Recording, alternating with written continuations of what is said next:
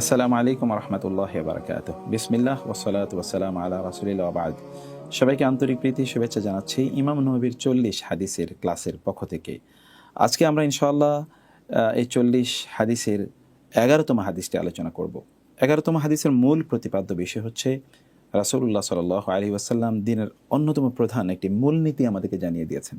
তা হলো, যদি কখনো আপনি সন্দেহে পড়েন তাহলে আপনার করণীয় কী? সন্দেহ তো মানুষের তৈরি হয়, তাই না? আপনি নামাজে সন্দেহ তৈরি হয়, খাবার যা খাচ্ছেন তার মধ্যে সন্দেহ আছে, হালাল কি হালাল নাকি হারাম। আবার আপনি যখন কাজকর্ম করছেন তা কি হালাল নাকি হারাম। আমাদের জীবনের ইবাদতের ক্ষেত্রে, মুআমালাতের ক্ষেত্রে, মুআশারাতের ক্ষেত্রে, আমাদের জীবনের সকল কাজের ক্ষেত্রে কিন্তু বিভিন্ন ধরনের সন্দেহ তৈরি হয়। বাজারে আপনি যাচ্ছেন, যে পণ্যটা আপনি কিনছেন, রেস্টুরেন্টে আপনি যাচ্ছেন, সেখানে যা আপনি খাচ্ছেন, যার সাথে আপনি বিজনেস করছেন তার অবস্থা কী ইত্যকার সব কিছু নিয়ে কিন্তু সন্দেহের একটা জায়গা আছে। আর শয়তান কিন্তু আমাদের মধ্যে সন্দেহ তৈরি করে দিতেই চায়, এটাই তার এজেন্ডা। এই সন্দেহ যখন তৈরি হয় তখন আপনার করণীয় কী, সেই বিষয়ে মূলনীতি আলোচনা করা হয়েছে এই হাদিসটির মধ্যে। আমরা ইনশাআল্লাহ সেই বিষয়টি বিস্তারিত জানব। আমাদের এই কোর্সের সিস্টেম অনুসারে আমরা প্রথমে হাদিসের মূল বক্তব্য, অর্থাৎ যেটাকে আমরা বলছি নস, টেক্সট অফ দি হাদিস, সেটি পড়ব। হাদিসের অর্থ জানব, শব্দার্থ জানব এবং এখানকার ব্যাখ্যা সেটি আমরা জানার চেষ্টা করব। হাদিসের রাবি যিনি, তার ব্যাপারে বিস্তারিত জানার চেষ্টা করব এবং জানব হাদিসের মূল যে অংশটিকে আমরা মুখস্থ করে রাখা দরকার, যে অংশ নিয়ে আমাদের একটু গভীরভাবে চিন্তা করা দরকার, একটু ডিপার লুক দেওয়া দরকার। অ্যান্ড ফাইনালি হাদিসের শিক্ষা জেনে আমরা তার উপর কিছু প্রশ্নোত্তরের সেশন রাখবো ইনশাআল্লাহ। তাহলে প্রথমে আমরা ইনশাআল্লাহ হাদিসের মূল টেক্সটটি একটু চলুন পড়ি এবং টেক্সটের উপর একটু পর্যালোচনা করি আমরা ইনশাআল্লাহ।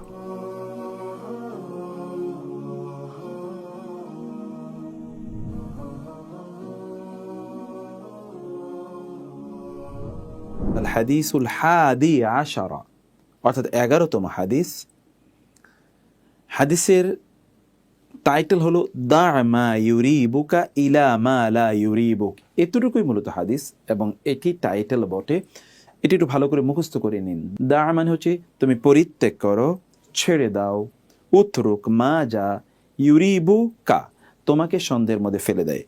ইউরিবুকা, ইউরিবু রাইবুন থেকে এসে কোরআনে আমরা এই শব্দটি ব্যবহার দেখি, লা রাইবা ফি। রাইবুন মানে সন্দেহ। যা তোমাকে সন্দেহের মধ্যে ফেলে দেয় তা তুমি পরিত্যাগ করো।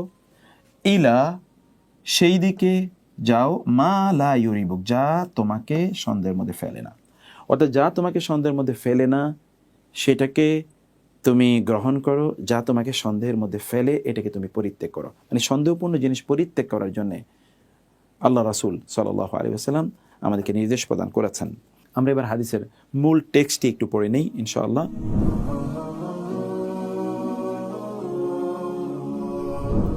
মূল টেক্সট হচ্ছে, আন আবি মুহাম্মদ আল হাসান ইবনে আলী ইবনে আবি তালিব রাদিয়াল্লাহু তাআলা আনহুম সিবতি রাসূলিল্লাহি সাল্লাল্লাহু আলাইহি ওয়াসাল্লাম ওয়া রাইহানাতিহি রাদিয়াল্লাহু তাআলা আনহুমা ক্বালা হাফিজতু মির রাসূলিল্লাহি সাল্লাল্লাহু আলাইহি ওয়াসাল্লাম দা মা ইউরিবুকা ইলা মা লা ইউরিবুক। রাওয়াহু তিরমিজি আর রাকমু লিল হাদিস 2520 ওয়ান নাসাই রাকমুল হাদিস 5711 ওয়া ক্বালা তিরমিজি হাদিসুন হাসানুন সহিহুন। ওকে, আবু মুহাম্মদ আল হাসান ইবনে আলী ইবনে আবি তালিব, মানে তার নাম হচ্ছে হাসান রাদিয়াল্লাহু তাআলা আনহু, রাসূলুল্লাহ সাল্লাল্লাহু আলাইহি ওয়াসাল্লামের নাতি, সিবতি রাসূলিল্লাহ, রাসূলের নাতি। আর তার বাবার নাম হচ্ছে আলী, দাদার নাম হচ্ছে আবি তালিব। আলী ইবনে আবি তালিবের ছেলে হাসান রাদিয়াল্লাহু তাআলা থেকে বর্ণিত। এবং তার একটা কুনিয়াত মানে উপনাম ছিল আবু মুহাম্মদ, তাকে বলা হতো আবু মুহাম্মদ। তিনি কি সিবতি রাসূলের, রাসূল সিবতুন মানে হচ্ছে নাতি, মেয়ের ঘরের নাতিকে কোরআন এবং হাদিসে সিবতুন বলা হয় ওয়াল আসবাত। আর ছেলের ঘরের নাতিকে বলা হয় হাফিদ, কোরআনে হাফাদাহ শব্দটিও আছে। অর্থাৎ ছেলের ঘরের নাতিকে বলে হাফিদ, মেয়ের ঘরের নাতিকে বলে সাবাতুন বা সিবতুন। এই যে সিবতি রাসূলিল্লাহি সাল্লাল্লাহু আলাইহি ওয়াসাল্লাম, রাসূলুল্লাহ সাল্লাল্লাহু আলাইহি ওয়াসাল্লামের নাতি হাসান রাদিয়াল্লাহু তাআলা থেকে বর্ণিত। তিনি বলছেন, এবং তিনি কে ওয়া রাইহানাতিহি, রাসূলুল্লাহ সাল্লাল্লাহু আলাইহি ওয়াসাল্লামের রাইহানা, জান্নাতের ফুল, সুগন্ধি ফুল। রাইহানা, আমাদের দেশে অনেকের নাম আছে রায়হান, তাই না? যেই ফুলের মধ্যে সুগন্ধি রয়েছে, প্রচুর পরিমাণ সুগন্ধ রয়েছে, সেটি হচ্ছে কি আপনার রাইহান রাদিয়াল্লাহু তাআলা আনহুমা ক্বালা, তিনি বলছেন হাফিজতু, আমি হেফজ করে নিয়েছি, মুখস্থ করে নিয়েছি, মিন রাসূলিল্লাহি সাল্লাল্লাহু আলাইহি ওয়াসাল্লাম, রাসূলুল্লাহর পক্ষ থেকে আমি মুখস্থ করে নিয়েছি কি দা, কি মুখস্থ করে নিয়েছি, দা মা ইউরিবুকা, তুমি পরিত্যাগ করো, ছেড়ে দাও, দা ছেড়ে দাও, মা যা ইউরিবু সন্দেহ ফেলে কা তোমাকে, ইলা সেই দিকে তুমি যাও, মা যা লা ইউরিবুকা তোমাকে সন্দেহের মধ্যে ফেলে না। এই হাদিসটি বর্ণনা করেছেন ইমাম তিরমিজি, ইমাম নাসাই, এবং ইমাম তিরমিজি বলেছেন হাদিসুন হাসানুন সহিহুন, হাদিসটি হাসান এবং সহি। মানে হাদিসটি হাসান কিন্তু সহির একটি ক্যাটাগরি। সহি কোন একটা হাদিস হওয়ার জন্যে ওই হাদিসের যিনি বর্ণাকারী তিনি প্রচণ্ড মেধাবী শক্তিশালী অধিকারী হওয়া লাগে, মুখস্থ শক্তি তার প্রচণ্ড থাকতে হয়, এরকম অনেকগুলো কোয়ালিটি, এবং তিনি খুবই নির্ভরযোগ্য, বিশ্বস্ত, তার জীবনে কখনো মিথ্যা কথা বলেন নাই, অন্যায় করেননি, ভুল করেননি, জুলুম করেননি, এরকম হওয়া লাগে। কিন্তু এটা হলো তাইলে সহি। আর যখন হাসান হয় তখন যিনি হাদিসের বর্ণাকারী, এই বর্ণাকারী মানে হচ্ছে পরবর্তী রাবিরা, এটা মূল রাবি না, মানে মূল রাবি তো হাসান রাদিয়াল্লাহু তাআলা তিনি না, আরও পরে যারা হাদিস বর্ণনা করেছেন, এরকম কোনো একটা জায়গায় এসে কোনো একজন রাবি একটু তার মধ্যে মানে মুখস্থ শক্তি অতটা না, ধরুন প্রখর না, অন্যদের মতো এতটা প্রখর না, মুখস্থ শক্তি খুবই শক্তিশালী কিন্তু অন্যদের তুলনায় একটু কম, এটা বলা হয় আল হাসান, হাদিস হাসান। তো যাই হোক, এটি অত্যন্ত বিখ্যাত হাদিস, এবং রাসূল ইসলামের নাতি হাসান রাদিয়াল্লাহু তাআলা আনহু থেকে বর্ণিত খুব কম হাদিসে আছে তোমাদের এটি একটি। এবং দেখেন এটা ফান্ডামেন্টাল ইস্যু অফ ইসলাম, ইসলামের একটা মূলনীতি। কি মূলনীতিটা হলো মানে যা সন্দেহ তৈরি করে তা পরিত্যাগ করো, যা সন্দেহ, যার মধ্যে কোনো সন্দেহ নেই সেটা গ্রহণ করো। আপনি বাজারে গিয়েছেন, আপনি যেই পণ্যটি কিনবেন আপনি জানেন না পণ্যটি কি আপনি যেন কল্যাণকর নাকি অকল্যাণকর, যেহেতু আপনার সন্দেহ আছে পরিত্যাগ করুন।